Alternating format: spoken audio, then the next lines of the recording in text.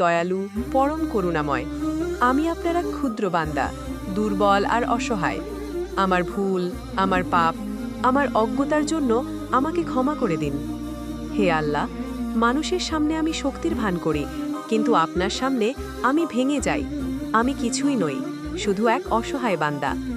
আমার অন্তরের কষ্ট, দুঃখ আর ভয়ের ভার শুধু আপনিই জানেন। হে আল্লাহ, আমার হৃদয়কে কলুষমুক্ত করুন, আমার আমলকে কবুল করুন, আমার চোখের অশ্রু দিয়ে আমার গুনাহ ধুয়ে দিন। আমি বারবার হোঁচট খাই, ভুল করি, তবুও আপনার দরজা ছাড়া আর কোথাও যাওয়ার নেই। হে রব্বুল আলামিন, আমার অন্তরকে শান্তি দিন, আমার জীবনে রহমত নাজিল করুন, আমাকে হেদায়েতের পথে স্থির রাখুন। আমার পরিবার, আমার প্রিয়জনদের রক্ষা করুন, আমাদের সবার আখিরাত সুন্দর করুন। হে আল্লাহ, আপনি ছাড়া আমার আর কোনো আশ্রয় নেই, আপনি ছাড়া আমার আর কোনো ভরসা নেই। আপনার কাছে কাঁদছি, আপনার কাছেই চাই।